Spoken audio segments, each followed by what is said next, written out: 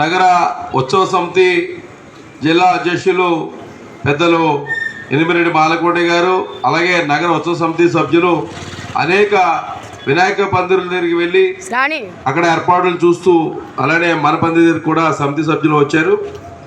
అయితే మీరు చాలా ఉత్సాహంగా పిల్లలైనప్పుడు కూడా పెద్దలకు సహకరించి పాల్గొంటున్నారు.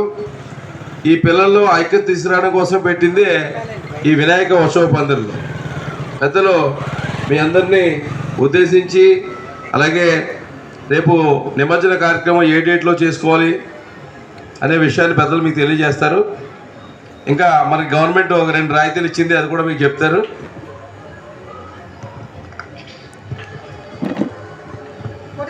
పిల్లలందరూ రోజు పూజలో వచ్చి ప్రసాదం తీసుకొని దేవుడి దండం పెట్టుకుంటున్నారా?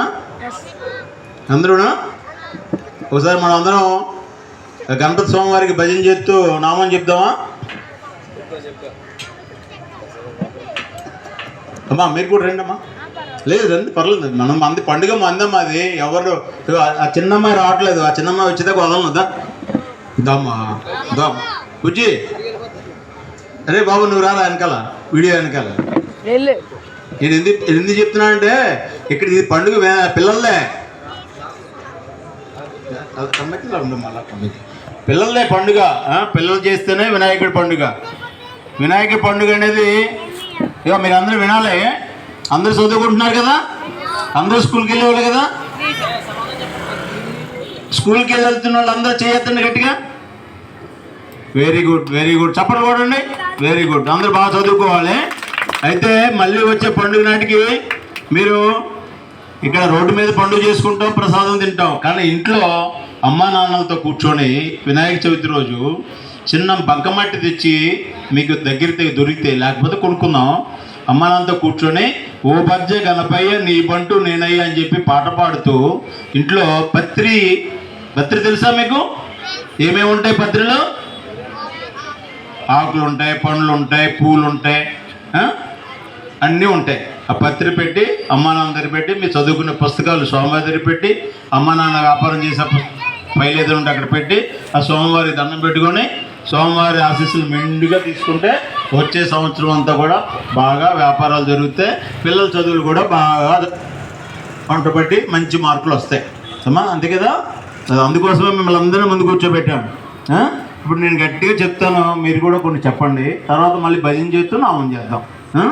గణేష్ మహారాజ్కి ఇందాక చేతులు ఎత్తారు కదా, అలా ఎత్తి చెప్పాలి. గణేష్ మహారాజ్కి. దమ్మా నువ్వు దిగిపోయావే. గణేష్ మహారాజ్కి, గణేష్ మహారాజ్కి. గణపతి పప్ప. చప్పట్లు చప్పట్లు. గణపతి పప్ప, గణపతి పప్ప, గణపతి పప్ప, గణపతి పప్ప, గణపతి పప్ప, గణపతి పప్ప. జై గణేష్ మహారాజ్ కి, జై గణేష్ మహారాజ్ కి. హిందూ ఐక్యత, హిందూ ఐక్యత, హిందూ ఐక్యత. బాలగంగాధర్ తిలక్ మహారాజ్ కి, బాలగంగాధర్ తిలక్ మహారాజ్ కి. छत्रपति शिवाजी महाराज की, छत्रपति शिवाजी महाराज की. विवेकानंद महाराज की, विवेकानंद महाराज की. जय श्री राम, जय श्री राम, जय श्री राम. हिंदू ऐक्यता, हिंदू ऐक्यता, हिंदू ऐक्यता. गणपति बप्पा, गणपति बप्पा, గణపతి బప్ప. జై శ్రీరామ్. పిల్లలకి 2 ప్రశ్నలు వేస్తాను నేను, చెప్పాలి అందరూ. ఇలా తిరగండి మీరు అందరూ. మీరు చెప్పేది నిజమో లేదో నాకు తెలియాలి. కొద్దిగా ముందుకెళ్ళండి, ముందుకెళ్ళండి. అయిపోయింది కార్యక్రమం, స్టేజ్ దిగుదాం, ముందుకెళ్దాం. నిజాయితీగా చెప్పాలి, అబద్ధం ఎవరు చెప్పొద్దు. ఓకే అడిగినా మీరందరూ పుట్టినరోజు కానీ పండుగ రోజు కానీ, లేకపోతే మీ ఇంట్లో ఏదైనా ఫంక్షన్ జరుగుతున్నటువంటి రోజు కానీ, మీ అమ్మగారు కానీ, నాన్నగారు కానీ, తాతగారు కానీ, తాతయ్య గారి దగ్గర కానీ కాళ్ళకి దండం పెట్టి పెద్దల ఆశీస్సులు తీసుకునే వాళ్ళు ఎంతమంది ఉన్నారు? Very good. ఎక్కువ మంది ఉన్నారు. తీసుకోలేని వాళ్ళు కూడా వచ్చే రోజుల్లో తీసుకుంటారా?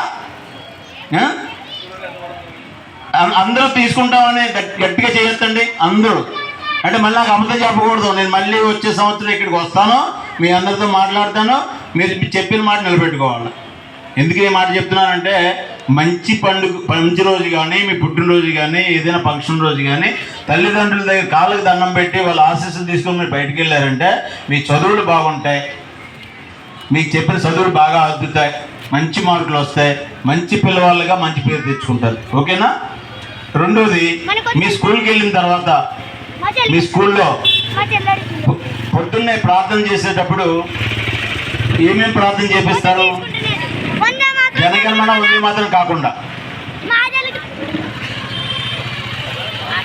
మా తెలుగు తల్లి అంటే ఇద్దరు మాత్రమే చెప్పారు మా తెలుగు తల్లి అని. మిగిలిన దగ్గర లేదా?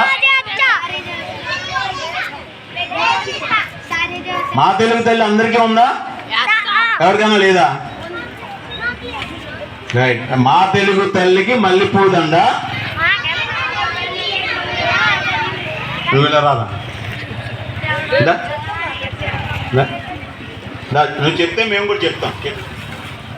మా తెలుగు తల్లికి మల్లెపూదండ, మా కన్న తల్లికి మంగళారతులు, కడుపులో బంగారు కనుచూపులో కరుణ, సిరి నవ్వులో సిరిలు ధరళించు మా తల్లి, గలగల గోదారి కదిలిపోతుంటే బిలబిలా కృష్ణమ్మ పరుగులెడుతుంటే, బంగారు పంటలే పండుతాయి, మురిపాలు దొరుకుతాయి, అమరావతి నగర పరూప శిల్పాలు, త్యాగయ్య గొంతులో తారాలు నాద, నిక్కయ్య గనుములో తీయందానాలు, నిత్యమై నిఖిలమై నించుంటేగాక నీ ఆటలే ఆడుతాం, నీ పాటలే పాడుతాం. జై తెలుగు తల్లి, జై తెలుగు తల్లి, జై తెలుగు తల్లి, జై తెలుగు తల్లి. గట్టి సపోర్ట్ పడండి. ఏ స్కూల్ ఇది?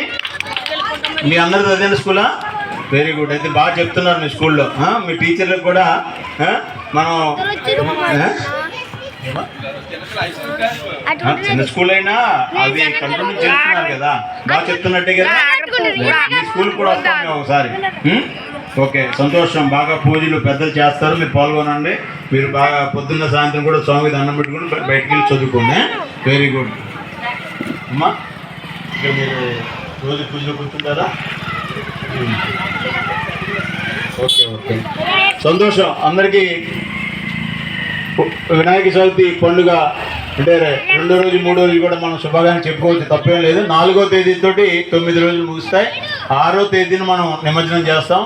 7వ తేదీ కూడా చేయొచ్చు, కానీ 7వ తేదీ మధ్యాహ్నం వరకే చేయొచ్చు. చంద్రగ్రహణం ఉంది కారణంగా 7వ తేదీ మధ్యాహ్నం తర్వాత నిమజ్జనం చేయకూడదు. కాబట్టి ప్రజలందరూ భక్తులందరూ కూడా గమనించి పెద్ద ఎత్తున స్వామివారి నిమజ్జనానికి శోభాయాత్రగా సాంప్రదాయబద్ధంగా సాంప్రదాయ నృత్యాలతోటి ఏదైతే డీజే పెట్టుకోవచ్చు, మైకులు పెట్టుకోవచ్చు, మనం ఉత్సవం చేయొచ్చు. కానీ ఉత్సవము దైవభక్తితో కూడిన ధర్మభక్తితో కూడినటువంటి మన సాంప్రదాయాలకు లోపడి మాత్రమే ఉండాలి.